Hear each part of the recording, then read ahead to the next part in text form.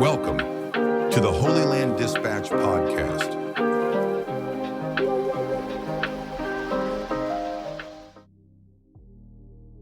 Hello and welcome back to another episode of the Holyland Dispatch podcast. In recent years, we could draw the line between the left and the right in very different ways depending on geography. In Europe, it seems to have been drawn between pro-immigration and anti-immigration, as well as around the positions regarding the green agenda. In the US, it was a combination of positions around immigration, identity politics, and the prioritization between foreign and domestic focus, among other issues. Historically in Israel, those lines are drawn between the people who support the two states delusion and those who object it. Economically speaking, the majority of the Knesset, at least since the 90s, seem to be more or less in a similar place. Unfortunately, not yet fully immune to socialism, but practical as they allow the market to operate semi-freely. I spent some time thinking about this divide in recent years, and more so in recent weeks, as talks of elections are back in the news. If I was a betting man, I'd lean towards the assumption that the elections will take place close to their scheduled time, in the final third of 2026. There are no indications that we're in a rush to go into an election cycle with some critical work left to be done and a fairly stable majority for the government. It's true that the cycle started unofficially, which is evidence in the way the public debate is conducted, both by the media as well as the politicians. The politicians now answer questions when they do so, that is, in a "this is why you should vote for us" or "this is why you shouldn't vote for them" terms, rather than really addressing the question at hand. Signs are up on buses and other places for a while, and incredible amounts of money are reportedly being poured, obviously more on the opposition side, on campaigns, even though elections were not officially announced. And so, I find myself trying to draw the political map again, and explaining to myself first and foremost, where are the lines drawn? The bottom line remains as it was when I wrote the State of the State series almost a year ago. The country is divided on the most superficial level at pro-Bibi versus anti-Bibi. My opinion also remains the same, meaning this superficial divide leads to superficial analysis, which drives superficial actions that do not move the country forward in a positive direction. When one takes the time to understand what every candidate and party represents, one must come to some conclusions. My first conclusion is that there are way too many parties. What is the real fundamental difference between the group of parties that define themselves as center but are actually left? What is the difference between Yair Lapid's Yesh Atid, Bennett's unnamed party, Avigdor Liberman's party, Benny Gantz, Gadi Eisenkot? This is a group of parties that seem to be looking for people with no real positions about any of the core values, or about any of the issues we're facing. Their stated policies are fluffy cliches stated with mock passion at best. Here today, gone tomorrow. Anywhere the wind blows. Let's all be friends, equality, compassion. Hey, look, here's some free stuff. The second conclusion I came to is that the boycott game is still on. The self-proclaimed centrists, who are actually leftists, continue to boycott Netanyahu.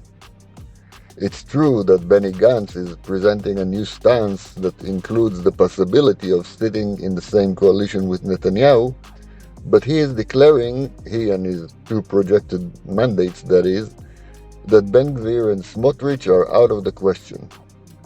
So, from his perspective, one boycott ends and a new one begins. Why? Well, we're going to look at this as part of what this episode will try to answer. But first, let's get back to the original question. What separates left from right in Israeli politics? Well, it's not the economy, not really. It's no longer the two-states delusion with the exception of the extreme left. After October 7th, more and more people finally realized that our peace partners are not interested in two states, but only one, for themselves, instead of ours. We don't have the luxury here in Israel to have elections centered around green energy, though Israel produces quite a bit of it, or abortion rights. There are a couple of topics that are being manipulated by the opposition, like the draft of the ultra-Orthodox to the army, or the stubborn insistence on an investigative committee for the October 7th disaster appointed only by the President of the Supreme Court. Those are not fundamental ideological lines, though. Those are policies or agendas or interests. Had the opposition seen better subjects to latch on, the discussion would be around those other subjects. I came to the conclusion, partly by myself and partly by listening to some great analysis from interesting people, that the line is now drawn between two fundamental, monumental, if you will, positions. It took only 78 years, but we're here.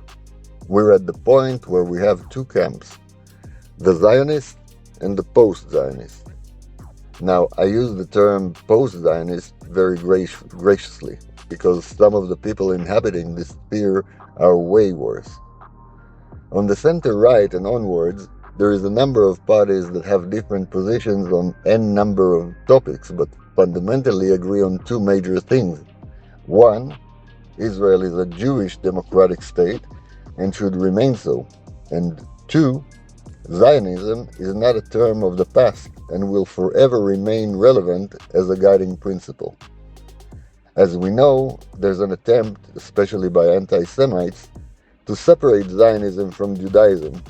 Those terms are tightly related and inseparable, as the whole purpose of Zionism is to protect and ensure the continuity of the Jewish nation.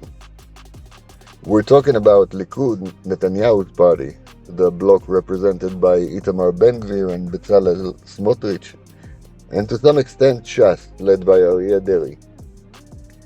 Other Orthodox parties, such as Yahadut HaTorah, agree on the first point, but Zionism is not central in their beliefs. This represents the right wing, as the Orthodox parties will find it difficult to align with the leftist bloc for reasons that will become very apparent shortly. Again, the center-left and thereafter claim that they respect the Jewish tradition, and they absolutely insist that they are staunch Zionists. Yair Golan, for example, claims he's a bigger Zionist than Ben-Gvir.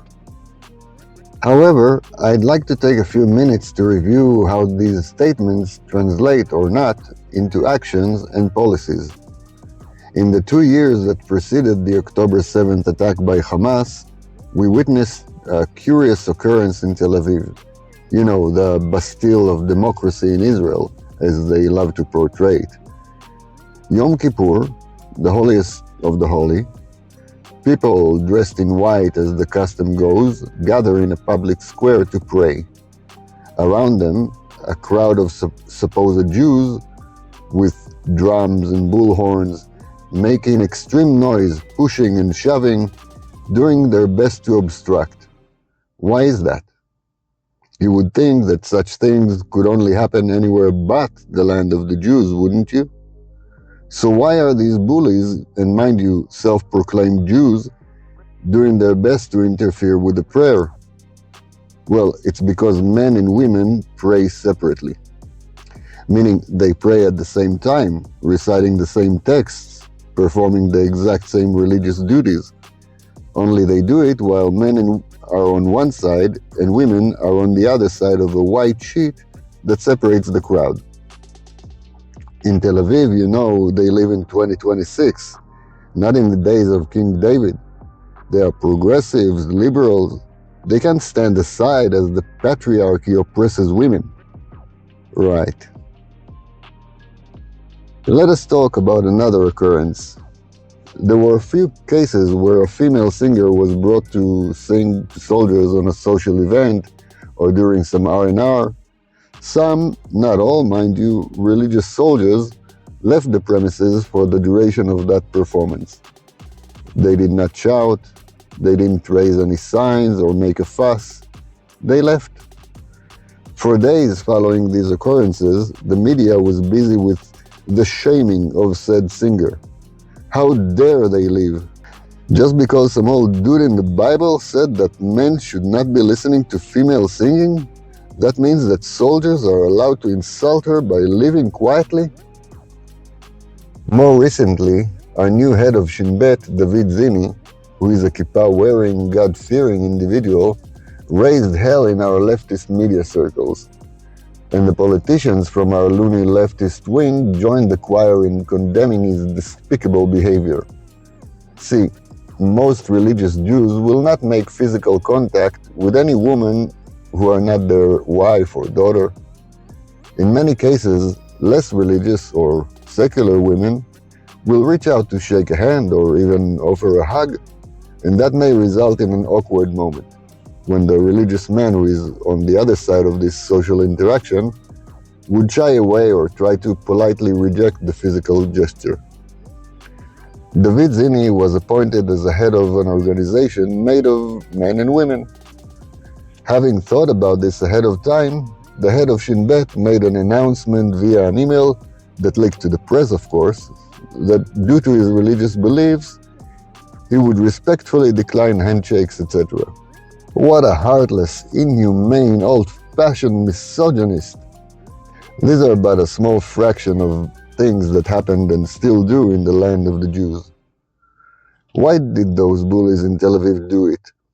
Why were they disrupting a prayer on Yom Kippur? Why did the media spend hours denouncing soldiers who left the concert without protest? Why are the media and the leftist politicians crucifying David Zini for respectfully declining physical contact with women he is not married to? These thugs in Tel Aviv, they never interfered with Muslims praying in public. Every day and every Friday, and especially during Ramadan, you can see them in the park praying, worshipping freely. Why are they allowed to do so with no demonstration? They also pray separately, so why can't Jews? Well, the simple truth is that these thugs are not really outraged by the separation of men and women. They are outraged by the public display of Judaism. Why did the media and the leftist politicians raise such a stink about soldiers leaving a concert, or about the head of Shin Bet avoiding female handshakes? Not because of the patriarchy, I can tell you that much. Not because they care about the feeling of a singer they'd crucify in a heartbeat had they found out something click-worthy about her. They cannot stomach people who follow religious tenets, even when these people are doing so while making every possible effort to be respectful. The very same crowd of finger-waving, pretentious hypocrites preach individual rights from every rooftop. They are democratic. Hell, they even call their leading party the Democrats. But hey, you should know this by now. Democracy is only good when it works in their favor, and never when it grants people like David Zini any rights. Why is it offensive when a person who believes in all his heart that avoiding physical contact with women is his own way of respecting the most important woman of his life, his wife, declines to touch other women? You don't share his view? Fine, but he does. Why are his rights thrown aside with such ease? Let's talk about a few more items and then we'll try to wrap a nice red ribbon on the episode with some conclusions. Well, the obvious point to be raised, and I won't spend much time on it now, is the two states delusion. If you support this delusion, you've really lost the privilege of calling yourself a Zionist. Not only because you're willing to hand over land from the tiny speck allocated to Jews among the 20-plus Arab countries around it, but you're also inherently endangering the tinier partial speck that remains. There is nothing Zionistic about it. Furthermore, there are swaths of lands in the Negev in the south of the country and in the Galilee up in the north that's waiting for Jewish settlement for years now. In Judea and Samaria, at least in what we call Area C, Bezalel Smotrich has done a terrific job unfreezing construction and settlement, both legal and super moral. There were and are plans to do more in the two regions I mentioned above, and only the Supreme Court, the completely not leftist institute, has made a point of blocking the establishment of new Jewish settlements. In essence, it declared the end of Zionism. Arab settlements, by the way, do not face the same decision, and indeed they grow. Don't get me wrong, they have rights and I'm not here to take any of them away. I'm here asking, why can't Jews? Why can't Jews build Jewish settlements within the consensus borders of the Jewish state? All right, it seems like I've been a little bit all over the place, but I really wasn't. It's all connected, and now we'll connect the dots. And hey, we'll even answer the original question. Remember? What separates left from right in Israel? The center-right and religious parties are aligned behind the idea of the Jewish and democratic state. For the most part, this bloc is the Zionist bloc that supports the continuous building and development of the Jewish state. They don't only talk about it, they do it. Far from enough, but they do. The center-left and the Arab parties share some of the political views, but allow me to focus on the left and exclude the Arab parties for the time being, as the discussion is around Judaism and Zionism. The Arab parties are on the left, pretty much for similar reasons as any leftist party in the West. For the most part, they are socialists or communists and believe in some of the same nonsense as, say, the Democrats in the US, etc. What about other parties? What about the ones who call themselves Zionists, who claim to have great respect for the Jewish tradition? Us Jews, we're forbidden from discussing God's essence, God's identity such that one exists. We are finite people, and God is infinite. As such, we cannot comprehend infinity, nor contain it. So how do we know God? We say, we know you by your deeds. Now, I don't know the thoughts of Yair Golan or Naftali Bennett. I don't have a psychic link with Yair Lapid or Avigdor Liberman. I do know, however, what these guys are promoting, what they object to, and what seems to bother them. Based on this, I can conclude that they represent the portion of the population who want one thing. The thing is what separates left from right in Israel at this time and has been for a while. The left in Israel wants one thing: to be like all nations. They are tired. They no longer have the fortitude to be slightly different. They are tired of not being invited to every party. Why, oh why do we have to be Jews? That is the underlying sentiment.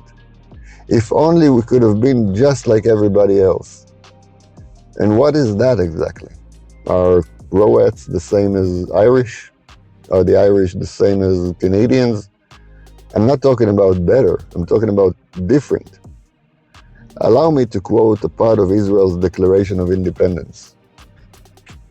Eretz Israel was the birthplace of the Jewish people. Here, their spiritual, religious, and political identity was shaped. Here they first attained to statehood, created cultural values of national and universal significance, and gave to the world the eternal book of books. After being forcibly exiled from their land, the people kept faith with it throughout their dispersion and never ceased to pray and hope for the return to it and for the restoration in it of their political freedom. Impelled by this historic and traditional attachment, Jews strove in every successive generation to re-establish themselves in the ancient homeland. In recent decades, they returned to in their masses. Pioneers, Ma'apilim, and defenders, they made deserts bloom, revived the Hebrew language, built villages and towns, and created a thriving community controlling its own economy and culture, loving peace but knowing how to defend itself, bringing the blessings of progress to all the country's inhabitants and aspiring towards independent nationhood. In the year 5657, at the summons of the spiritual father of the Jewish state, Theodor Herzl, the first Zionist Congress convened and proclaimed the right of the Jewish people to national rebirth in its own country. I read this to provide but a glimpse into the spirit of the text, its theme.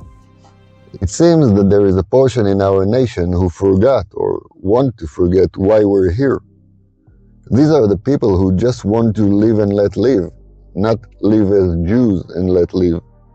So stop bothering us with your prayers. Stop showing your Jewishness with your tefillin and your kippah. Stop behaving like such Jews. Time to update your Torah to fit our progressive agendas, so we will be allowed at parties around the world. Furthermore, stop insisting on strengthening the country. It only pisses off the nations, and they won't let us into Roger Waters' concerts. Well, not unless we pledge allegiance to the opposition of the evil Zionism. We don't want the complications that come attached to our religion. Leave us alone already with your mitzvahs. This is what they are saying by their actions. Hey, it wasn't me. It was David Ben-Gurion, not exactly Ben-Gvir.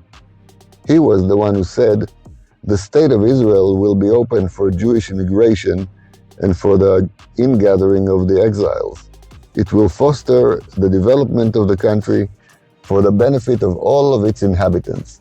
It will be based on freedom, justice, and peace as envisaged by the prophets of Israel. He and the mostly lefty Uniparty members who signed on the text that reads, the people's administration shall be the provisional government of the Jewish state to be called Israel. Note, the Jewish state. The left keeps harping on the term democracy, and yes, Israel is a democracy. But it is not just another democracy. The state was declared as a Jewish state, and while it mentions that it will ensure complete equality of social and political rights to all its inhabitants, irrespective of religion, race, or sex, that it will guarantee freedom of religion, conscious language, education, and culture, it will safeguard the holy places of all religion, the word democracy doesn't appear in it once. Israel, therefore, was established as a Jewish democratic state. The left wanted to be a democratic state in which Jews can live. Well, that's pretty much any Western country. See the difference? What separates the left from right in Israel, underneath all of the distractions, is the desire of the left to ditch the Zionist guiding principle that Israel is a Jewish state which must not only remain so, but continue to thrive and be developed. For the right, this is a source of pride. Pride in continuing the work of, as Ben-Gurion says, our prophets. Pride in practicing the religion our forefathers fought to preserve. Pride in being different in that regard while practicing the only democracy in the Middle East and participating in global arenas. There is a ton of words yet to be said about the topic, and I will venture to say them, but that will be in another episode. If you feel like sharing, liking, subscribing, or even pledging via Coffee, it would really help the podcast increase its reach. And regardless, thank you for listening to this episode of the Holyland Dispatch podcast. God bless.